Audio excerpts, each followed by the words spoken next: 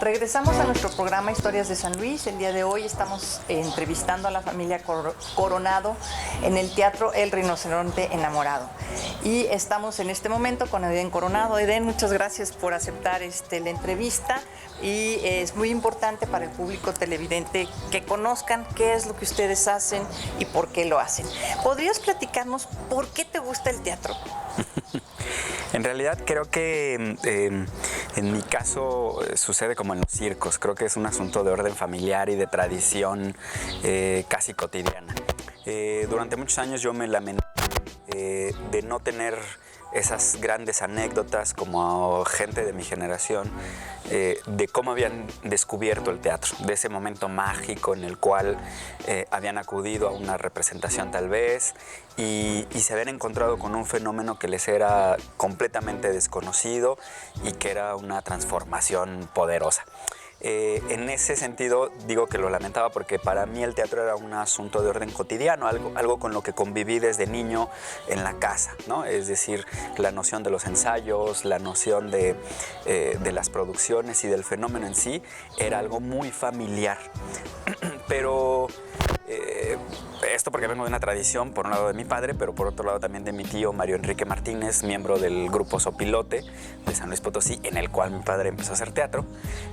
Y eso era como estar imbuido ahí, pero de alguna manera creo que sí, un poquito pasada la adolescencia, a los 15 años, fue cuando tomé la decisión de que no era como continuar con una inercia de ser partícipe de esto a nivel familiar, sino de querer profesionalizarme, de formarme, de encarar el ejercicio del teatro como un asunto de vida. Y ahí creo que de alguna manera se perfiló pues ya no un gusto de manera de inercia, sino una idea de hacer un trabajo de vida y de encontrar en la ficción pues muchas de las respuestas al mundo que vivimos. Oye, Eden, ¿las obras que ustedes presentan aquí son adaptaciones o ustedes las escriben o cómo le hacen?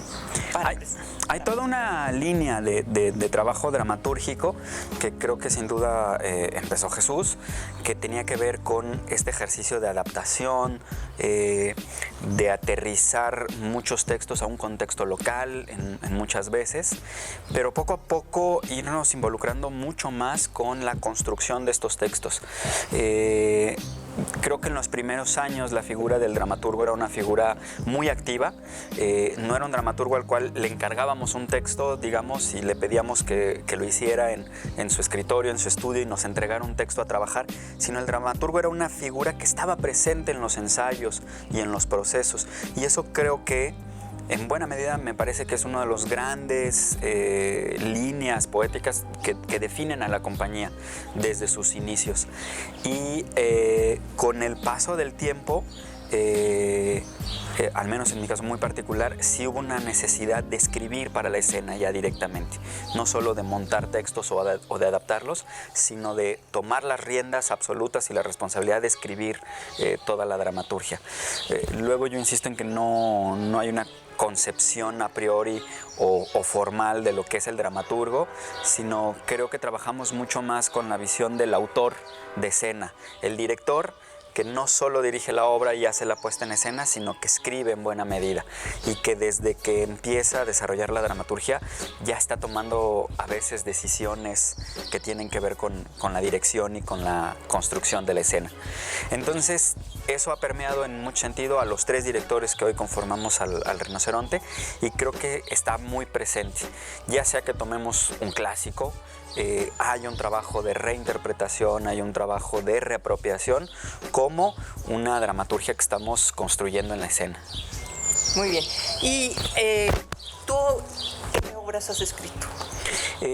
Mi inicio, digamos, con esta figura de escribir y dirigir fue un texto que se llamó La muerte de Büchner, un ejercicio, digamos, de memoria histórica sobre un personaje fundamental del teatro contemporáneo, universal, pero muy de cara a una idea un poco existencialista sobre la idea de lo que es la muerte, lo que significa perecer, y sobre todo de manera tan joven, tan abrupta como fue el caso de Büchner, un dramaturgo que murió cercano a los 30 años y que, sin embargo, al haber escrito unas pocas obras, significó un parteaguas en la genealogía teatral que persiste hasta nuestros días.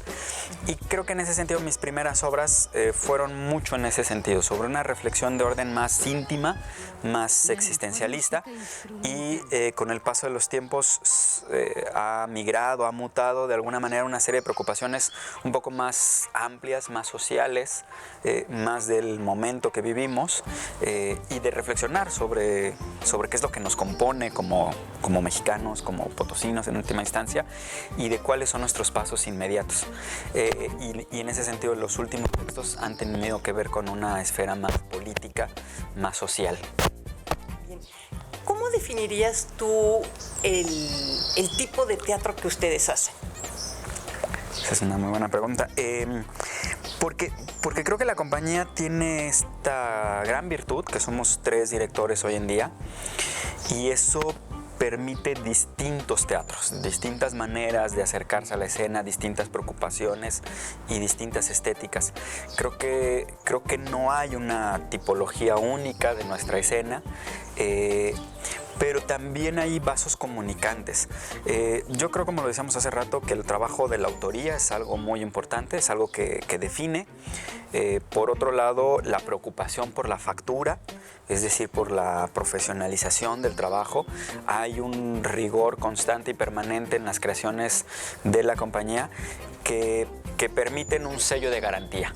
El espectador podrá decir: me gustó más esta obra que otra, me llamó más, me conmovió más, me interesó más una que otra, pero sabe que por primera instancia lo que va a recibir es una factura muy profesional, un trabajo de mucha calidad y de mucha entrega. Y por otro lado, diría que tal vez la tercera línea que nos podría identificar, pues es este teatro que busca ir un poco más allá. Es un teatro que no está en el contexto del entretenimiento, que no está en el divertimento, sino que es un teatro que siempre quiere dar un poco un salto y hacer cuestionamientos muy puntuales, que busca hacer una reflexión en el espectador, que busca anidar una reflexión y un proceso que justamente creo que no solo tiene que ver con el momento de la escena. Un poco una idea de lanzarle preguntas al espectador que muy probablemente se va a responder en los días siguientes a que acudió a la representación. Entonces, creo que ese es uno de las líneas que nos identificaría. Excelente. Oye, ¿y cómo escogen a los actores? El trabajo es bien particular porque el Rhino no es una compañía convencional, es decir, los grupos de teatro habitualmente son un número de gente, actores, un director que digamos que hace el trabajo de la escena. Aquí nosotros somos más bien una especie de factoría. El Rhino es una factoría con 3 directores que desarrolla proyectos y que en cada obra un poco el planteamiento es convocar al elenco, a los creativos, al equipo creativo que arropa la producción, idóneo para ese montaje. Esto luego tiene muchas complejidades, el asunto de los tiempos, el asunto de los recursos económicos, que son siempre insuficientes, pone eso en una circunstancia luego muy difícil, pero la idea sería, idealmente nuestro propósito es ese, que cada proyecto convoque al elenco ideal, al equipo creativo ideal. Y esto tiene mucho que ver con como decíamos hace rato, como con las poéticas de cada uno de los directores, pero creo que hay una noción de mucho trabajo con el actor. Por más que nuestras puestas, digamos, toquen a veces nuevas teatralidades, modelos, digamos, como un poco más experimentales, sí creo que la base sigue siendo el trabajo del actor. Y en ese sentido, un poco cada obra dialoga y lanza como sus preguntas de quiénes son los que van a poder cumplir con estas voces. Muy interesante. Oye, ¿y cuáles son los retos más importantes que tú como director y parte de esta compañía sientes que tiene el Rinoceronte Enamorado? Creo que una primer, digamos, condicionante, pues es el tema de la permanencia, ¿no? Sabemos que los esfuerzos en las artes escénicas nunca van a parar. Cada día hay nuevas generaciones y hay nuevos colectivos y nuevos grupos, pero la gran dificultad es cuánto tiempo va a durar este colectivo nuevo, ¿no? Cuánto tiempo va a poder sostenerse y un poco lanzar si los colectivos tienen un largo aliento o en realidad, digamos, una mecha corta. Y creo que en ese sentido, pues el momento en el que está la compañía ha logrado pasar por esa fase, que es la de la perseverancia y la de la consolidación y sostener un equipo y un proyecto a largo plazo. Y en segunda instancia me parece que sería pues justo el discurso poético del grupo. O sea, cómo sostenerlo después de ya cerca de 25 años, cómo seguir pensando que lo que tenemos que decir le es importante al espectador, le es necesario, le es oportuno, y más allá de justo también tener esta capacidad de ofrecerle un buen trabajo, seguir dialogando con nuevas generaciones, porque los tiempos han cambiado muchísimo, los referentes no son los mismos hoy en día, y cuando uno dialoga con un adolescente, con alguien de 12, 15 años, te das cuenta que estamos viviendo en mundos distintos. Entonces creo que la gran dificultad o el gran reto sería poder seguir dialogando con los que ahí vienen. Bueno, muchísimas gracias, Edén. Vamos a un corte y regresamos. Y no se les olvide que si tienen comentarios, por favor, enviarlos a las redes sociales cuyas direcciones aparecen en pantalla.